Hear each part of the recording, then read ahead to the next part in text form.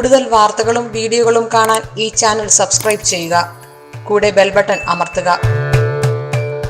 നമസ്കാരം. ആയില്യ നക്ഷത്രത്തിന്റെ ദശാനാഥൻ ബുധനാണ്.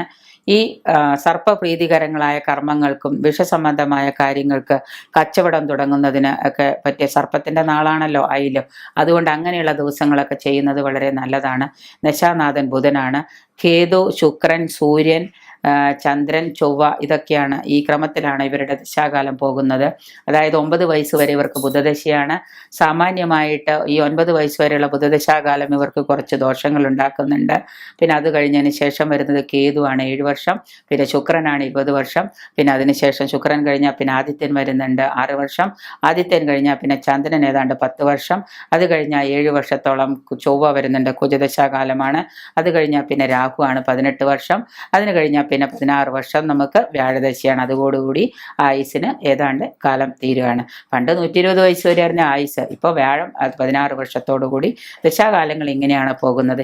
ഈ ദശാകാലങ്ങളിൽ ബുധദശാകാലം ഒഴിച്ച് ബാക്കി ദശാകാലങ്ങൾ ഏതാണ്ട് ഇവർക്ക് കുറെ ദുരിതങ്ങൾ ഉണ്ടാക്കുന്നുണ്ട്. അപ്പൊ അതുകൊണ്ട് ദശാനാഥനായ ആയില്യം ദശാനാഥൻ ബുധനാണ്.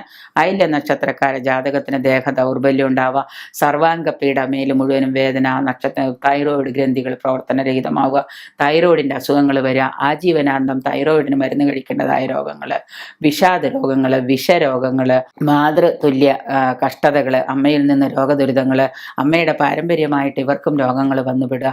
പിന്നെ അതുപോലെ തന്നെ പാദരോഗം, കാലിന് വേദന, കാലിൻ്റെ ഉപ്പുറ്റിയൊക്കെ വേദന ഉണ്ടാവുക, കാലിൻ്റെ അടിഭാഗങ്ങളിലൊക്കെ ചുട്ടുപൊള്ളുന്ന നീറ്റൽ വേദന, വായുക്ഷോഭങ്ങൾ ഉണ്ടാവുക, സന്ധിവാദങ്ങൾ ഉണ്ടാവുക, എല്ലാ സന്ധികളിലും കാല്, മുട്ട, കൈ, എല്ലാ സന്ധികളിലും വാദരോഗങ്ങൾ ഉണ്ടാവുക, ശ്വാസം വലിക്കുമ്പോൾ പ്രയാസം ഉണ്ടാവുക, ശ്വാസതടസ്സം ഉണ്ടാവുക, ഹാർട്ടിനകത്ത് ശ്വാസതടസ്സം, ബുദ്ധിമുട്ടുകൾ, ബ്രോങ്കറ്റിസ് പോലെയുള്ള ആസ്മ പോലെയുള്ള രോഗങ്ങൾ ഉണ്ടാവുക, ദഹനക്കുറവ്, ഡൈജഷൻ നടക്കാതെ വരിക, വൃക്ക വീക്കം, അതായത് കരള്, വൃക്ക, ഇതിനൊക്കെ വൃക്കയ്ക്കൊക്കെ വീക്കങ്ങൾ വന്ന് അതൊക്കെ മാറ്റി വെക്കേണ്ടതായിട്ടുള്ള സാഹചര്യങ്ങൾ, ഇങ്ങനെയുള്ള രോഗാതി ദുരിതങ്ങളൊക്കെ അനുഭവപ്പെടുന്നത് കൊണ്ട് തന്നെ ഇത് ഏത് ദശയിലാണ് ഈ അസുഖങ്ങൾ വരുന്നത് എന്ന് കണ്ടുപിടിച്ച് അതിന് നമ്മൾ പരിഹാരങ്ങൾ ചെയ്യുന്നത് നന്നായിരിക്കും.